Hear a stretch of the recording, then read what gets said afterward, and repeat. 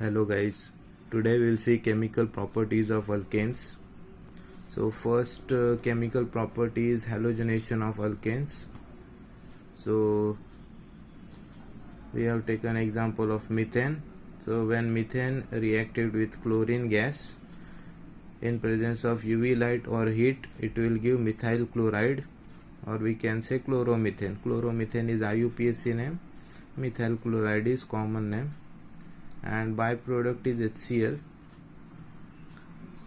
So for exam, question can be asked like how to prepare methyl chloride from methane. So this is free radical reaction. The mechanism of free radical reaction takes place in 3 steps: initiation, propagation and termination. So homolytic cleavage of chlorine takes place, and one of the chlorine gets substituted to hydrogen atom, and another chlorine reacts with H to get HCl. So this was the same, this is written in shortcut. Methane is CH4, then chlorine gas Cl2, then CH3Cl and HCl.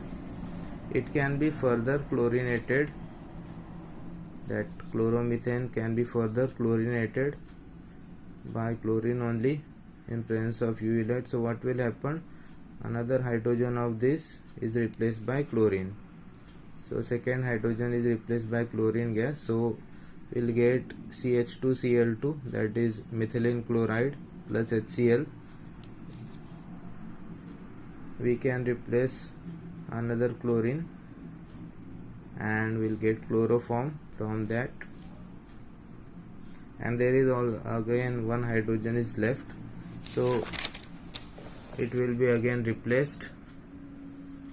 So chloroform also reacts with chlorine gas, same free radical mechanism only, and we'll get carbon tetrachloride. So all the 4 hydrogens can be replaced by chlorine gas. It depends how much chlorine we are taking. And reactivity of halogen towards alkanes is fluorine is highly reactive, second number is chlorine, then bromine, and least reactive is iodine.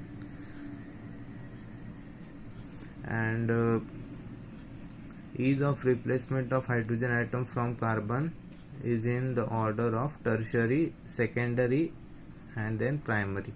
So free radical mechanism, tertiary group is more stable, so that is easy for replacement, and then secondary, and which is very difficult to replace is primary compared to secondary and tertiary. So tertiary, if there is tertiary carbocation, if there tertiary free radical, it can be easy to replace. So for that we'll see these examples. So first is propane. How you remember the structure of propane? So for propane, you know there are 3 carbons. So first draw 3 carbons for propane and then draw the hydrogen atom. So carbon makes 4 bonds.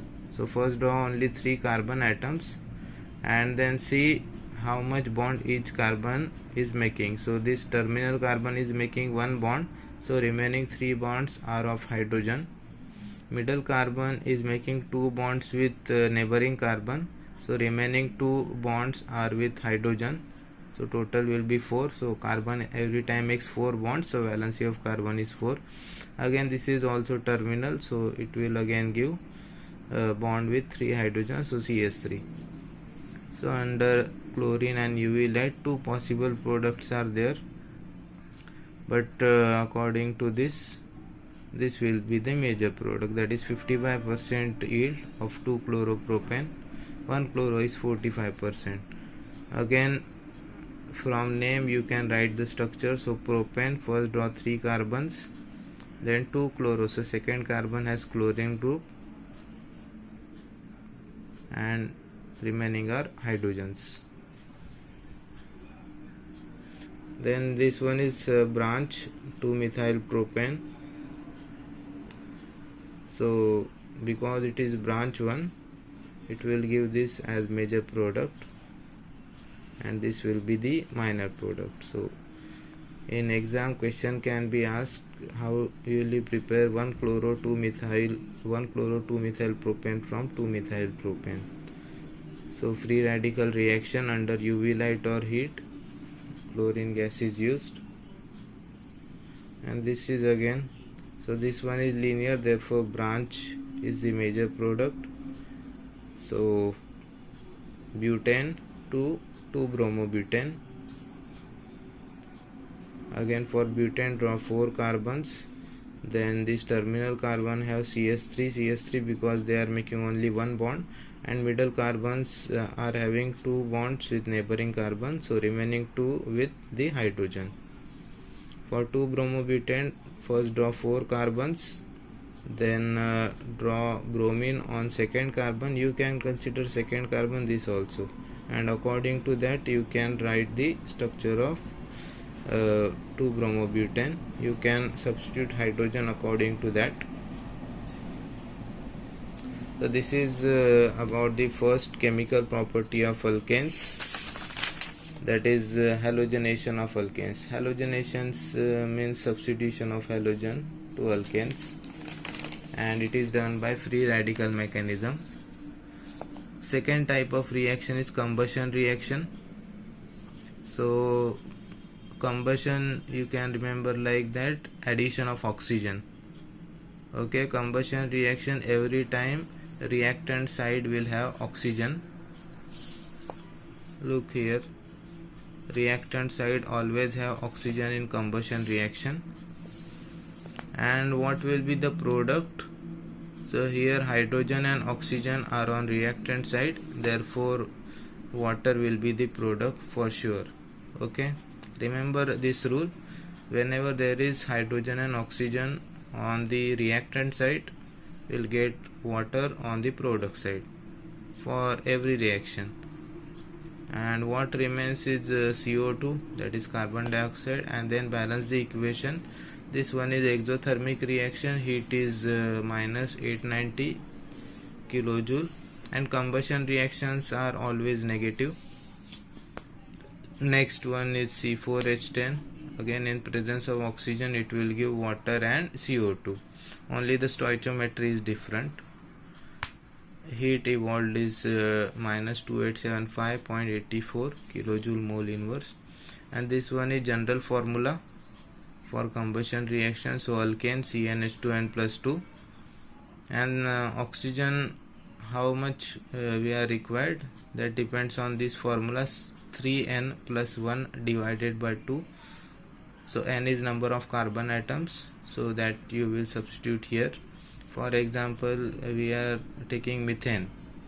So methane is having 1 carbon, so 3 into 1 is 3, 3 plus 1 4, 4 by 2 is 2.